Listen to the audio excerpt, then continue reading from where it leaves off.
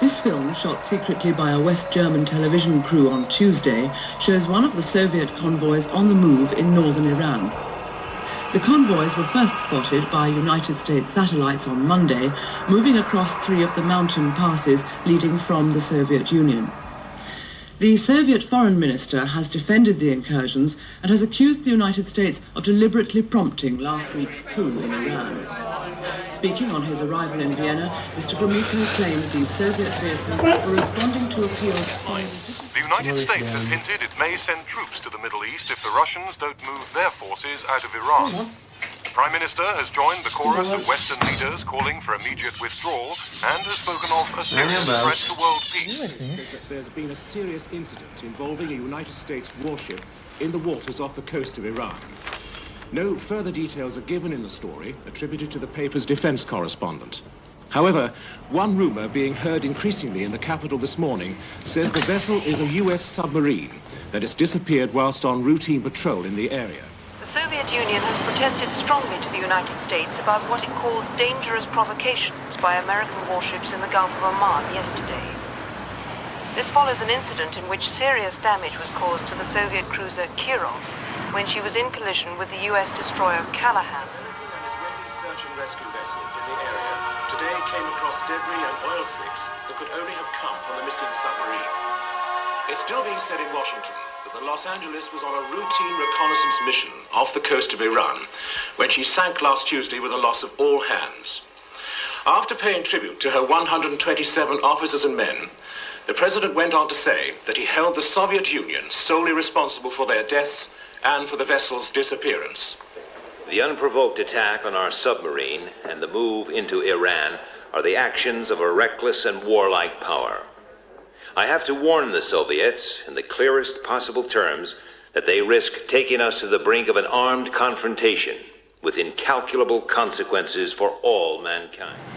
The United States government has been forced, reluctantly, to take action to safeguard what it believes are legitimate Western interests in the Middle East.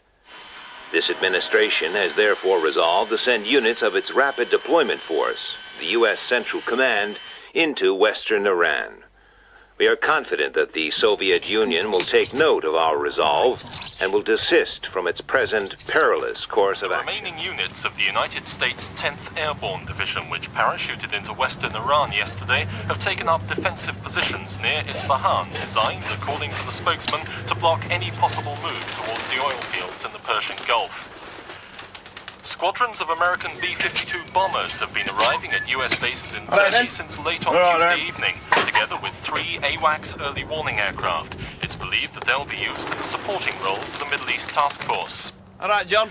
The 84th Airborne Division has also been placed... In a statement issued a short time ago by the Pentagon in Washington, the United States has accused the Soviet Union of moving nuclear warheads into their new base at Mashhad in northern Iran.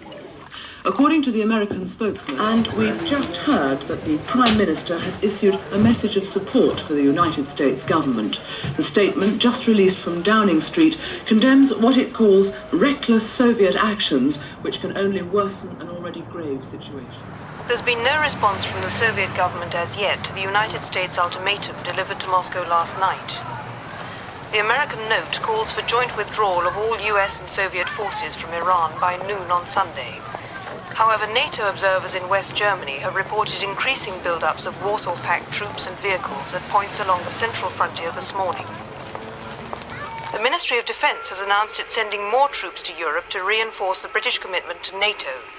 The first contingents left RAF Brize Norton this morning. Since the expiry of the American ultimatum to the Soviet Union at noon yesterday, there have been intense diplomatic efforts to mediate between the two countries. There is still no information from Iran itself. No news teams have been allowed in or out of the country since phone and telex links were cut on Friday evening.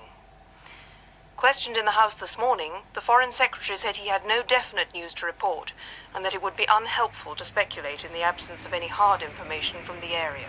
In response to today's news of the outbreak of hostilities between vessels of the United States and Soviet navies, a special session of Parliament has this evening passed an Emergency Powers Act. There'll be a special announcement at the end of this bulletin, and details will be given then of how this affects you.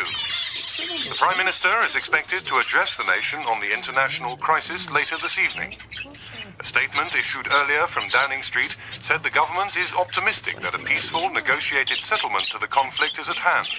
In the meantime, the public is urged to remain calm and to continue normally. There is growing evidence overnight from scientists and observers in many countries that there have been 2 nuclear explosions in the Middle East. There's no official confirmation of what has happened, and the Foreign Office in London